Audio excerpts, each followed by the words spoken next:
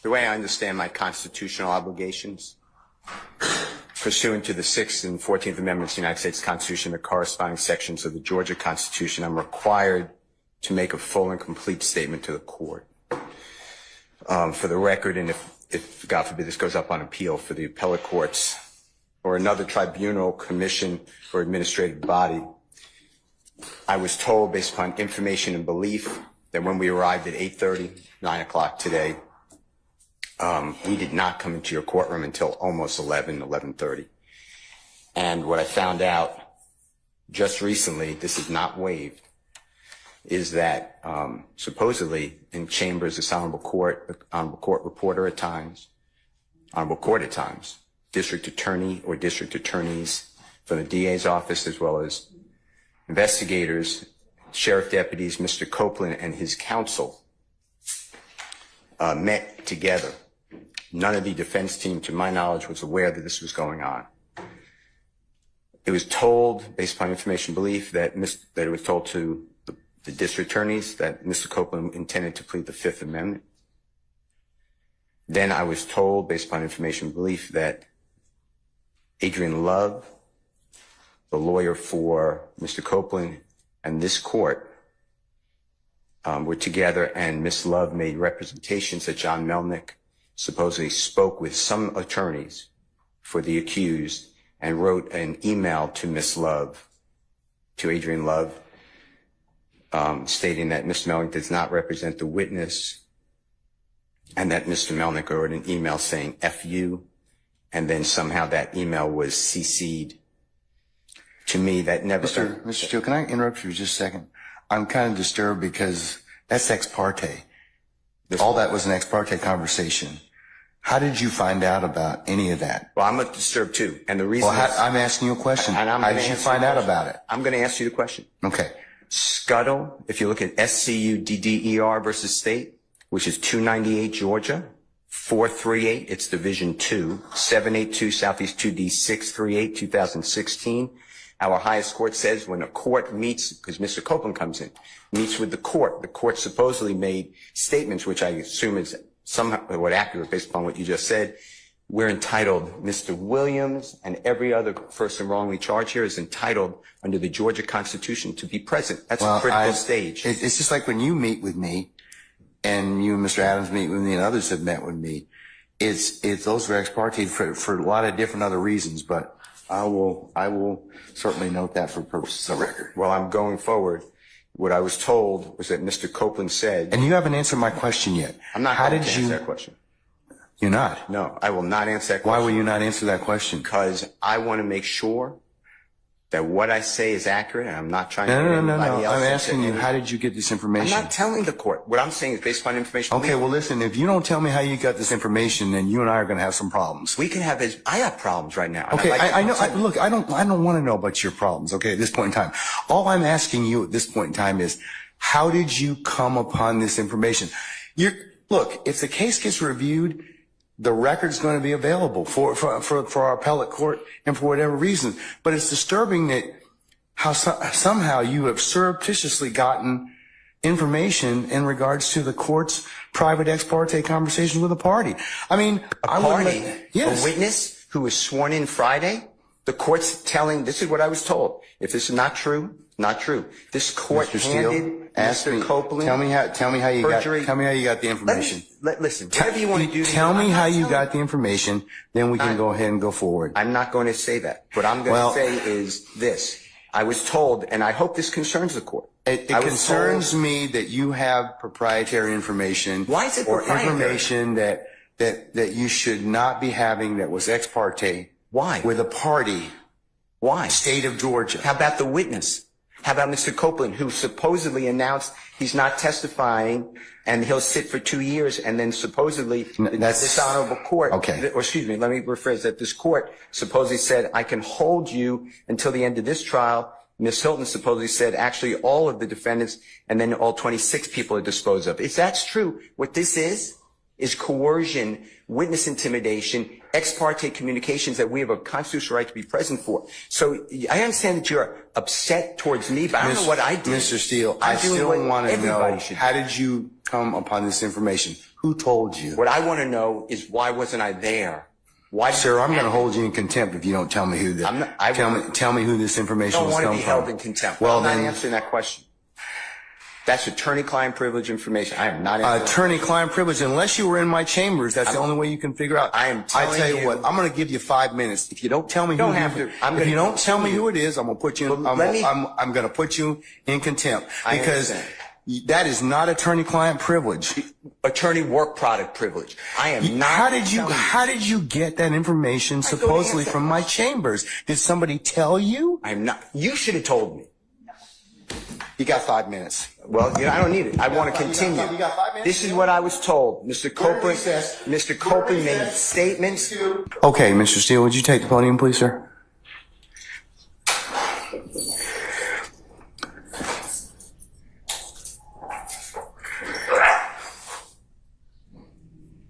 All right.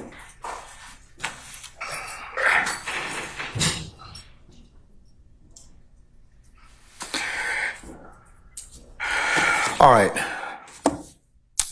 Mr. Steele, before I recessed, I asked you, how did you get this information? And it is not covered by work product. There's only one way you could have gotten it. So I'm going to ask you again.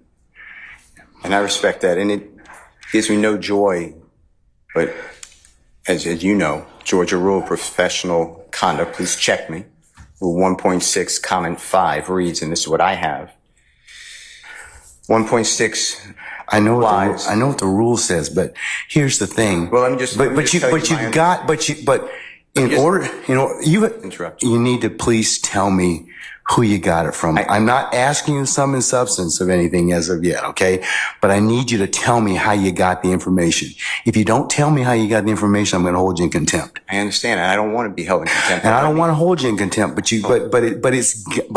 this is so sacrosanct to have a conversation in my chambers parroted to you and others.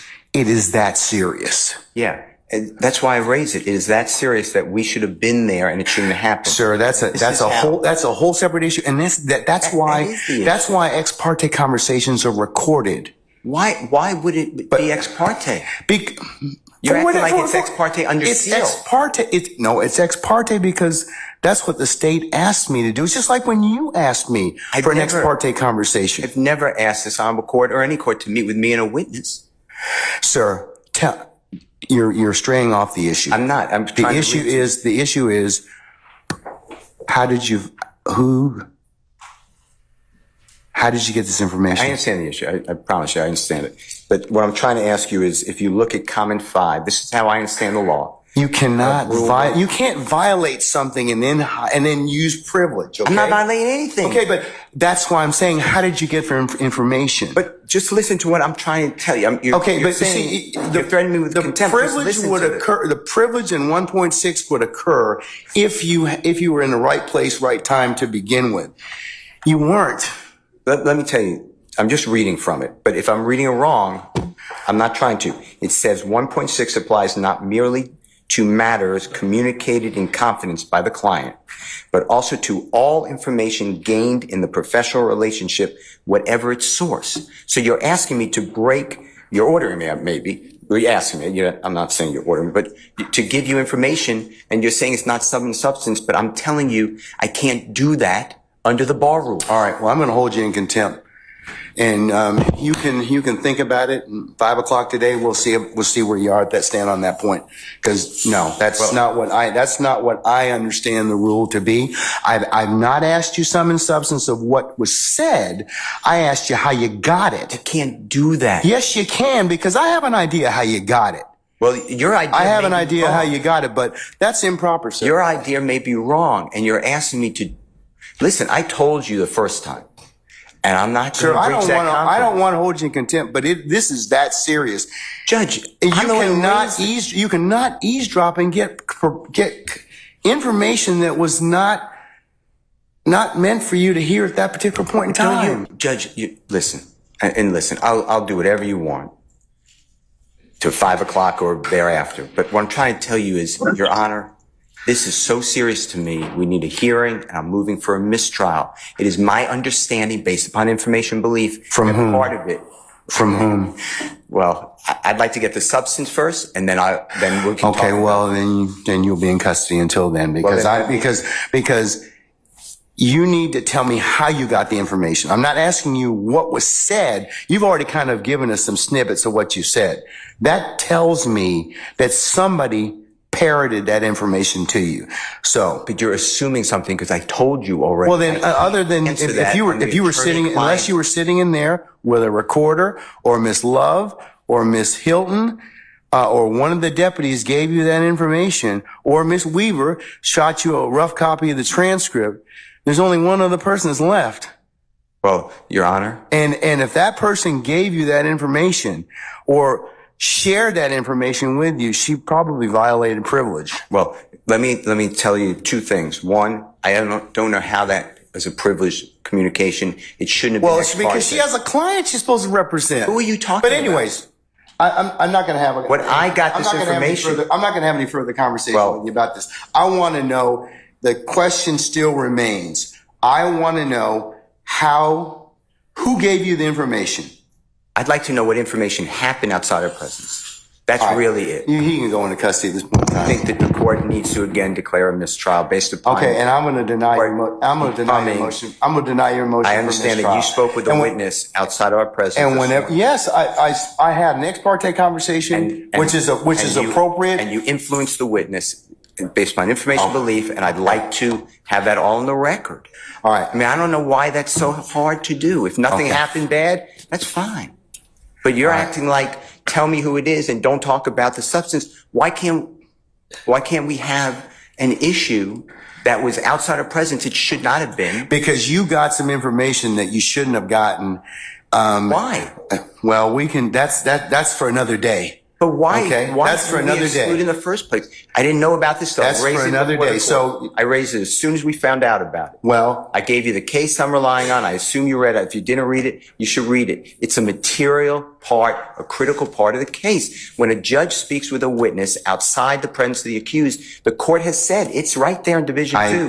That is a material or critical part of the case, and it's an automatic reversal. Mr. Steele. But you're acting like it's Mr. Steele, that is not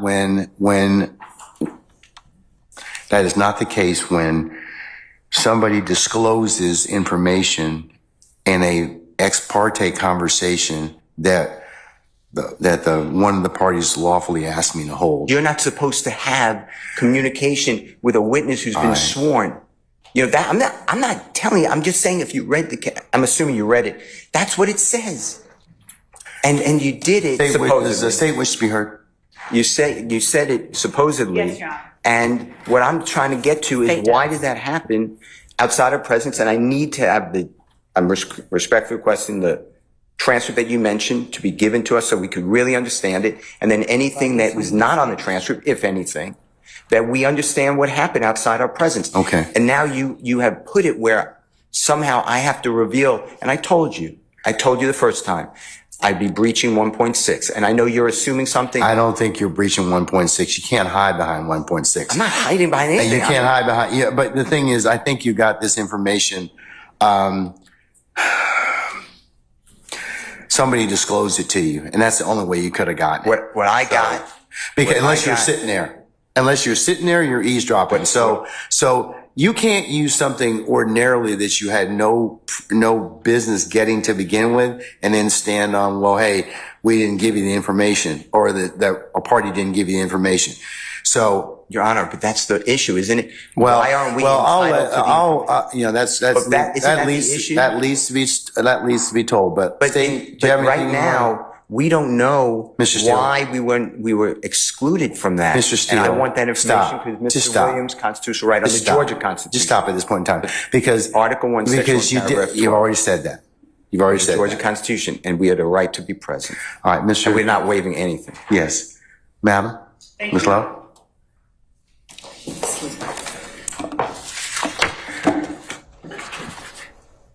And Your Honor, excuse me. And I know I said this previously. Yes, sir. But we are not accepting any proffer from Ms. Love. Okay, excuse me. Okay. All right. To the court. The court has inquired. We have no way of knowing what it is or who it was that disclosed information that was contained within an ex parte conversation. Not only was there an ex parte communication that we requested as a state to be on record with the court, but there was communication made, I believe, to a person and his lawyer. I don't know that the reason that counsel took the podium was to address that particular issue so much as it was to try and assert an inaccurate what he calls fact and put it out there in the open as if it were true. But we certainly have the right to request ex parte communications. That's why we ask that the court reporter be present.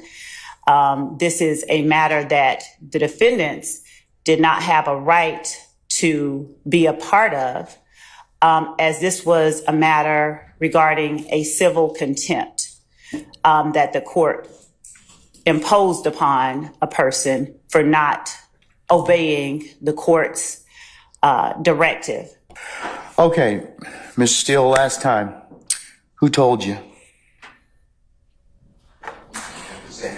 All right, Mr. Steele's in custody, and once he clears the area, we'll go ahead and get started. If by that point means we'll get started, resume the trial, Your Honor. Yeah, we're going to continue. I'm not caught nothing. I'm not going to participate in the trial without the Steele and without You don't have that luxury at this point in time, sir. You don't. You don't. without the court addressing. You don't have that luxury. You don't have that luxury at this point in time. You don't. Without the court addressing the issue that we believe is germane. Sir, you all are really getting yourselves cross purposes at this point in time. I don't believe so. Sir, I'm telling you, you are at this point in time. You made some things out of nothing. I think that you're on very precarious ground at this point in time. So I'm telling you at this point in time, he's in custody. We're going to go ahead and start. You can represent Mr. Williams. That's okay. That's fine. I'll take up the other stuff as needed, but I'm not going to take it up right now. Respectfully, I will not. Say again? Respectfully, I will not. I cannot. Sir, you have to. Well, you're gonna have to do the best you can at this point in time, because you don't get to extort the court. That's what you're attempting to do at this point in time, sir. Yes, you are. What you're trying to do is, I'm not going forward if I don't get this. You know, it doesn't work that way, Mr. Adams. And I'm telling you at this point in time, I would just kind of govern yourself accordingly, sir. I'm telling you, as the court, under these particular circumstances, everything will come out as it should. I don't think, sir, I don't have enough information at this point in time to address it. I don't. But I'm telling you at this point in time, there is nothing that was given, said, whatever, this morning that. If there is any accuracy to some of the information that we. But sir, I don't even know. Your co-counsel won't even tell me who said whatever. Okay. And the challenge I'm having in this particular circumstance is that is such a violation of the sacrosanctness of the court's chambers and an ex parte conversation. You're just glossing over that. You're glossing over that in its entirety. No. It's not, sir. Sir. That's not what happened. That's not what happened. That's not what happened. I'm just telling you, that's not what happened. Judge, respectfully, we are not obligated to simply accept that there's been no violation. We believe that there has been, and the only. Okay, well then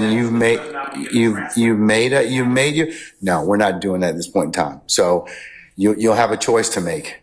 All right, take Mr. Steele into custody, please. Mr. Williams does not wish to go forward without me being here. You are removing me against his will, my will. You're taking away his right to counsel. And you're conducting material parts of this trial without me present, and I can't learn about it by watching online. So for that reason, additionally, I asked for a mistrial. And I assume you deny, but I'd like you to deny our motions for mistrial. You denied the other people. I've denied your motion, but I'll certainly take that under advisement, sir.